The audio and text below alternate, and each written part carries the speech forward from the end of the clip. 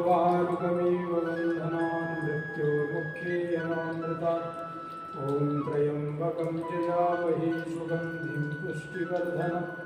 उर्वारुकमिव बन्धनान् मृत्योर्मुक्षेयमामृतात्।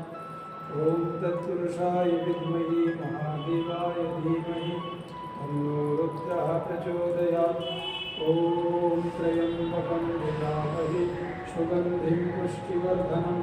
उर्वारुकमिव बन्धनान् मृत्योर्मुक्षेयमामृतात्। ॐ नमः शम्भवाय तुमयो भवाय च नमः शङ्कराय तुमयोस्कराय च नमः शिवाय च शिवतराय च। सवेरे जो उठता हूँ मैं, जाता हूँ मंदिर, तो मंदिर का साफ सफाई, फूल वूल जो भगवान चढ़ा रहता है उसको मैं बाल्टी में डाल के फिर मंदिर को धोता हूँ। तो जो पूजा जो शाम को किए रहते हैं तो लड्डू, मिश्री, उसमें चीटा बहुत सारा रहते हैं। तो मैं उसको साफ़ करना, मेरा मतलब वो बनता है कि भाई फिर सुबह पूजा होना है। तो ये मुझे लगता है कि मेरे को पाप कर रहा हूँ कि साफ कर रहा हूँ कि क्या कर रहा हूँ, मुझे मन में जो है वो होता है, असमंजस होता है मतलब। आप जाएंगे ना तो अच्छा, तो उसी प्रश्न का आप समाधान चाहते हैं। तो आपका प्रश्न यह था कि मंदिर में मैं सफाई करता हूँ, तो सफाई करते करते तो चींटी मकोड़े जो होते हैं, जीव जंतु, वो ख़त्म हो जाते हैं, उनको दुख पहुँचता है क्योंकि ठंडी का समय है, सवेरे सवेरे ठंडा पानी डाल दिया जाता है। तो ये कहाँ तक पुण्य युक्त है या पाप युक्त है? तो आपका विचार को जो कमज़ोर कर रहा है या फिर संदेह उत्पन्न कर रहा है, उस शंकाओं का समाधान इस प्रकार है। जानिए, हमारा कर्तव्य है कि भगवान की आंगन को नित्य प्रति, जहाँ पूजा अर्चना होता है, देवस्थान है, वहाँ को पानी डाल करके साफ करना हमारा कर्तव्य है। परंतु उन लोगों को भी क्या दोष है, छोटे छोटे चींटियाँ मकोड़े का, वो भी जानते नहीं हैं बेचारे, वही आ जाते हैं। क्यों ज़्यादातर देवस्थान में ये सब पाया जाता है? क्योंकि हम ज़्यादा मिष्टान्न चीज़ का भोग लगाते हैं, जो मीठी हुई चीज़ हो, खीर हो या कुछ ऐसे ही मेवा मिष्टान्न हो, उसमें जो रह जाता है, ठीक से साफ़ सफाई नहीं हो पाता है, तो उसमें चींटियाँ आ जाती है और वहाँ घर बना लेता है। तो यह भी जानना चाहिए कि हम जो भोग लगा रहे हैं, व्यवस्था मिष्टान्न चीज़, उसका भी साफ़ सुथरा देखें, या फिर चिट्ठी को अलग जगह में उसी जगह की किसी एक कोने में आटा या कुछ मिष्टान्न गुड़ वगैरह रख दें, जिसके लिए वो वहाँ तक ना आए। एक तो व्यवस्था यही करना पड़ेगा, साफ़ सुथरा तो ज़रूरी है, आप अपनी कर्तव्य कर रहे हैं, उसमें से चींटी मकोड़े मर भी जाते हैं। तो देखिए, संसार का खेल ही है, जन्म और मृत्यु का विधाता ने बनाया है। जो जन्म लिया है उसको मरना सुनिश्चित है, लेकिन कोई पुण्य करके मरता है, कोई पाप करके मरता है, कोई रो रो करके मरता है और कोई हंस हंस के ज्ञान युक्त आनंद युक्त होकर के मृत्युवरण करता है। ऐसे ही 84 लाख जोनियों में यात्रा चलती है। अगर चींटी अपने शरीर को छोड़ेगा नहीं और छोड़ भी रहा है पुण्य जगह में, मंदिर में, देवालय में, तो मानो कि उसका शरीर से उसका छूट भी गया, मृत्यु भी हो गया, तो उनको अच्छा गति प्राप्त होगा।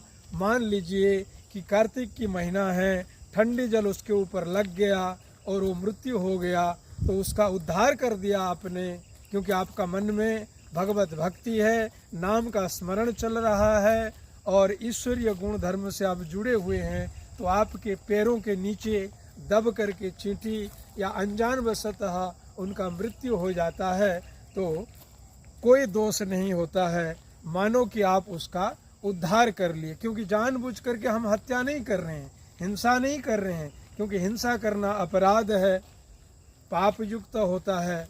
तो इसीलिए समझना होगा कि हम उन चींटियों को अगर इन चीज़ों से बचाएं तो उनके लिए अलग व्यवस्था दें, भोजन व्यवस्था। इसीलिए नित्य प्रति चींटियों के लिए भी एक जहाँ दूल होता है, फाट वगैरह दीवारों में, कोने में, मंदिर की कई स्थानों में, तो वहाँ आटा वगैरह कुछ मिष्टान्न चीज़ जरूर डाल दें, कि जो कि मंदिर प्रांगण तक ना आए, जहाँ शिवलिंग की प्रतिमा हो वहाँ तक भी चींटियाँ ना आ पाएँ। इसीलिए व्यवस्थापक को समझना पड़ेगा, अच्छी सुंदर व्यवस्था करें जैसे कि किसी प्रकार जीव जंतु का हानि भी ना हो। इसीलिए आगे ध्यान रखें, अपनी कर्तव्य को करते चलिए। ऐसे ही तो गीता में भगवान कृष्ण ने अर्जुन के कहते हैं कि ये अधर्म की ओर जा रहे हैं कौरवों की सेनाओं ने, तुम उनको मारोगे भी तो तुमको पाप नहीं लगेगा, ये तो पहले से मरे हुए हैं। कहने का अर्थ है कि जो धर्म की ओर नहीं जाता है, अधर्म की ओर पग ले लेता है, तो मानो कि वो पहले से ही मरा हुआ है। भले ही शरीर से जीवित है लेकिन वो धर्म से मरी हुई है, क्योंकि वो अधर्म कर रहा है। तो इसीलिए मानो उन्होंने धर्म करने के लिए चींटियों को आपने नया जन्म दे दिया, ऐसा मान करके मन में किसी प्रकार का क्षोभ नहीं करना, परंतु जानबूझ करके नहीं किसी को सताना, नहीं मारना, किसी को कष्ट नहीं देना, ये हमारी कर्तव्य है। परंतु हम जैसे कि पैर में चलते हैं, रास्ते में हमारे अनजान में कई चींटियाँ आ जाते हैं, कोई कीड़े मकोड़े दब जाते हैं, वो मर जाते हैं, तो उनमें से तो ऐसे मनुष्य को तो जन्म से ही दोष आ जाता है। इसीलिए हमेशा पुण्य कर्म करना चाहिए। खेती किसान वाला खेती करता है और कितने जीवों की हत्या हो जाती है, और खेती करने के बाद वो छोटे छोटे धान की पेरा लगी रहती है तो आग जला लेता है। तो कितने केंचुए, मिट्टी के अंदर जो केंचुए होते हैं जो हमारे ज़मीन को मजबूत करते हैं और हमारी खाद का उत्पादन करके परिपुष्ट बनाते हैं अनाज अन्न को, तो वो सब खत्म हो जाते हैं। जो सहयोगी जीव जंतु होते हैं मिट्टी में, कोई चूहा उसमें घर बनाया हुआ होता है, कई सारे जीव जंतु नष्ट हो जाते हैं और वायुमंडल में एक प्रकार की दूषित वायु जाता है। तो ऐसे ही तो पाप तो होता ही है, परंतु उसमें सत्कर्म करें, अच्छा कर्म करें, पुण्य कर्म करें, तो जीवन की मुक्ति और जीवन की पुण्य हो सकता है।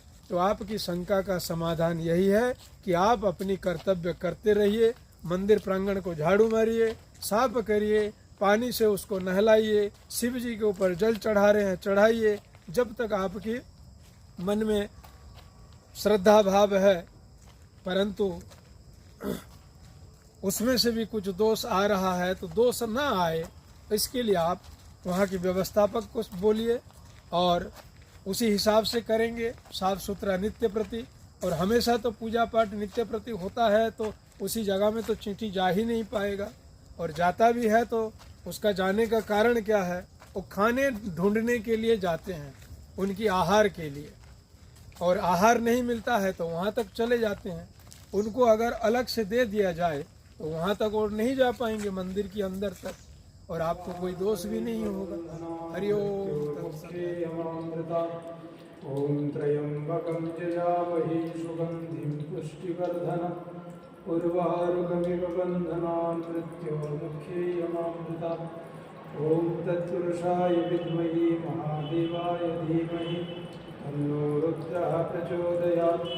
ओम त्र्यंबकं यजामहे सुगंधिं पुष्टिवर्धनम् उर्वारुकमिव बन्धनात् मृत्योर्मुक्षीयमामृतात्। ओम नमः शंभवाय च वयो भवाय च नमः शंकराय च वयोस्कराय च नमः शिवाय च शिवतराय च।